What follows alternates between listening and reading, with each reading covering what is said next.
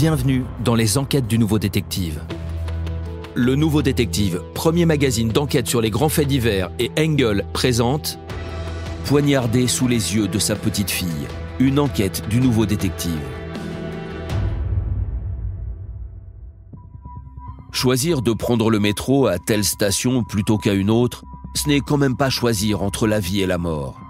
Ce dimanche 29 octobre 2000, Frank ne peut donc songer un seul instant qu'il s'apprête à jouer son existence sur un coup de dé. Il est 18h30. Le jeune homme vient de refermer derrière lui la porte de la maison de ses parents, étroite en briques rouges, typique du département du Nord. Une nuit traversée de bourrasques et de pluie tombe sur Croix, un faubourg de Roubaix.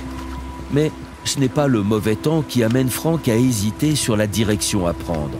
Soit il tourne à droite, vers la station de métro Mairie de Croix, soit il prend à gauche pour rejoindre la station Épaule-Montesquieu. L'une est mieux fréquentée, mais l'autre lui permettrait de gagner quelques minutes de trajet. Alors, Frank hésite. Jeune père divorcé, Frank vient de passer la journée en famille chez ses parents en compagnie de sa fille Elisa. André, la mère de Frank, leur avait préparé une jambette, un plat local à base de viande et de chicon. Au cours du repas, il a beaucoup été question du Père Noël, à qui Elisa a commandé un vélo. La plupart des 7 frères et sœurs de Frank étaient présents et l'ambiance était chaleureuse et détendue. Max, le père de Frank, a pu oublier pour quelques heures les soucis de santé qui l'ont obligé à quitter son emploi à la Redoute. Vers 18h, Frank se lève de table, la belle journée en famille s'étant terminée. L'heure est venue de raccompagner Elisa chez sa mère à Tourcoing, à l'autre bout de la ligne de métro. La petite fille embrasse tout le monde, puis elle prend la main de son père et ils sortent sur le trottoir. C'est alors que Frank doit prendre une décision. Aller à la station Mairie de Croix ou rejoindre celle de Épaule-Montesquieu. Avec ses cheveux bruns coupés courts, son sweatshirt et son jean, Frank a l'allure de beaucoup de jeunes garçons. D'ailleurs, cela lui a permis de ne jamais encore s'être fait agresser, comme l'aurait certainement été un petit bourge venu d'ailleurs. Frank habite la petite ville de Croix depuis sa naissance. Il se sent chez lui. Depuis sa séparation, Frank est revenu vivre chez ses parents, rue Eugène Dutoit, et a retrouvé sa chambre d'ado à l'étage. Sans diplôme ni formation, Frank allait de petit boulot en petit boulot. Certainement une des causes qui ont poussé sa compagne à se séparer de lui. Les mois passant, il a compris qu'il n'était plus un adolescent, mais un père de famille qui voulait offrir à sa fille ce qu'il y a de mieux. Il a donc décidé de passer son permis de conduire et trouver un emploi stable est désormais son but. Mais revenons à la décision cruciale. Station Mairie de Croix ou station Épaule-Montesquieu. Frank se décide soudain et remonte d'un bon pas la rue Eugène Dutoit, Elisa trottinant à ses côtés. Sébastien et Stéphane, 2 de ses jeunes frères, les ont rejoints.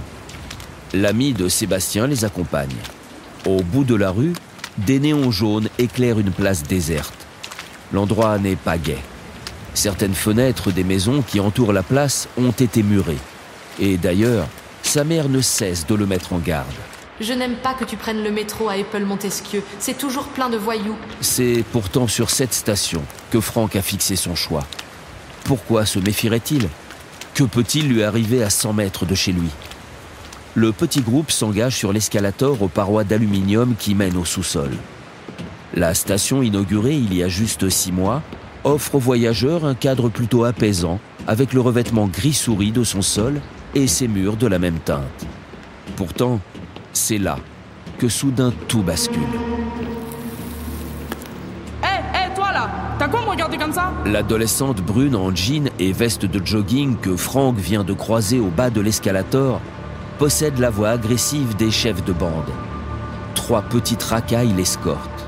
Le plus âgé doit avoir 16 ans. Le plus jeune n'en a que 13. Pourquoi la fille s'en prend-elle à Frank? Il ne l'a certainement pas provoqué. C'est un tendre Frank, un gentil, et ce n'est pas le genre de gars à chercher les problèmes, surtout en présence de sa fille. Y a un problème en fait, c'est ça? Tu me cherches là? Puis, se retournant vers sa bande, Mais il se prend pour qui le daron là? Il me cherche ou quoi? soudain, les injures pleuvent sur Franck, qui, après être resté interloqué quelques instants, finit par répondre sur le même ton. Oh, tu te calmes toi? J'en ai rien à foutre là, je te parle pas là. D'où tu me regardes en fait? D'où? L'une des petites racailles, un gringalet en survêtement, commence alors à s'en mêler et le ton monte encore. Hé, comment tu parles à ma meuf, toi? Vas-y bébé, dis-lui. Ferme ta gueule toi, je t'ai rien demandé. Eh, fais gaffe, je te monte en l'air, moi. Ah, tu fais moins le malin maintenant qu'il y a mon mec. Qu'est-ce que tu vas faire toi, petite merde, avec ton corps de lâche là?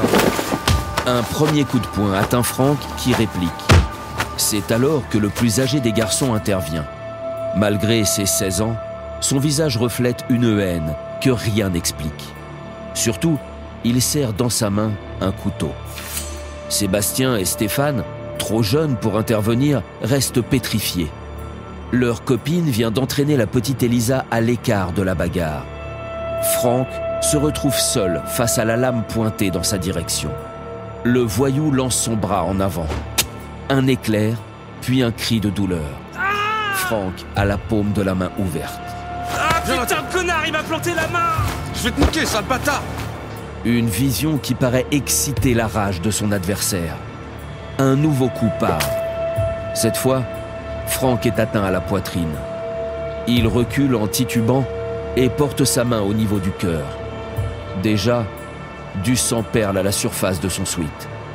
Franck pose un genou à terre. Sa blessure doit être sérieuse. Il n'a même pas la force de se protéger lorsque la fille fonce sur lui, une bouteille vide à la main, et le frappe à la tête de toutes ses forces en l'insultant, puis court rejoindre ses copains qui s'enfuient en courant de la station. Franck réussit à se relever. Des traînées rouges barrent son visage livide. Ses vêtements sont imbibés de sang. Les yeux hagards, il parcourt quelques mètres, puis tombe de nouveau à genoux. Sa fille Elisa court vers lui. Le souffle court, les yeux voilés. Franck se tourne vers elle, son visage maculé de sang. Puis, d'une voix haletante, il murmure « Elisa, viens. Viens, on rentre à la maison. » Ce seront ses derniers mots. Il tombe en avant, inerte. Le SAMU arrive quelques minutes plus tard, mais hélas, le diagnostic du médecin urgentiste n'est vraiment pas bon. Hé, je crois que l'aorte est touchée. Ça va causer une hémorragie interne. Putain, je suis pas sûr qu'il s'en sorte. Au bout de quelques secondes, la situation dégénère. Il fait un arrêt cardiaque. Thomas, va chercher le défibrillateur dans le camion, vite. Je commence un massage cardiaque. Malheureusement, tous les efforts ne feront que reculer l'échéance fatale. Franck mourra peu après son arrivée à l'hôpital. Qui a osé tuer un homme pour un simple regard? On ne tardera pas à l'apprendre. Car l'adolescente qui a provoqué la bagarre mortelle est rapidement identifiée par les enquêteurs. Son signalement a suffi, elle est en effet une bonne cliente du commissariat de Roubaix où ses agissements la conduisent régulièrement. Interpellée dans la journée du 30 octobre au domicile de ses parents, près de la galerie commerçante Marc-Arthur Glen, elle balance les noms de ses complices. Le meurtrier de Franck est son cousin, et il vient à peine d'avoir 16 ans.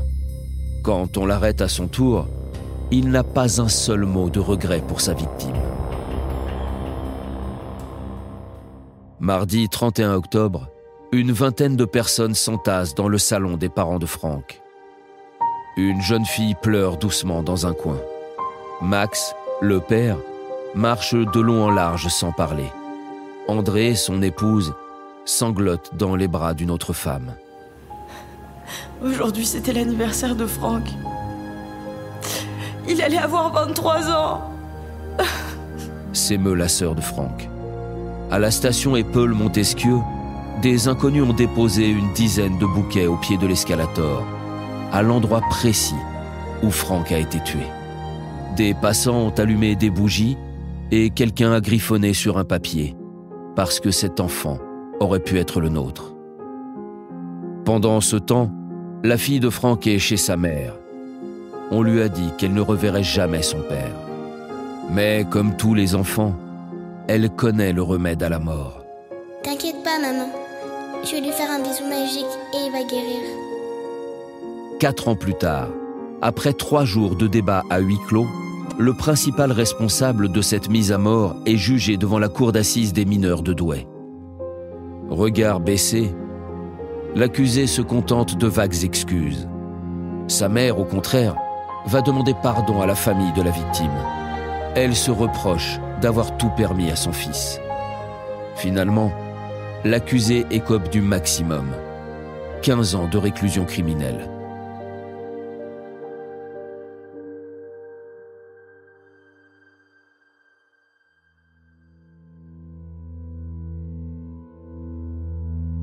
Pour ne rater aucun épisode, abonnez-vous à notre podcast sur votre plateforme d'écoute et retrouvez tous les mercredis nos enquêtes dans le magazine Le Nouveau Détective. Nos podcasts et nos enquêtes sont également disponibles sur lenouveaudétective.com.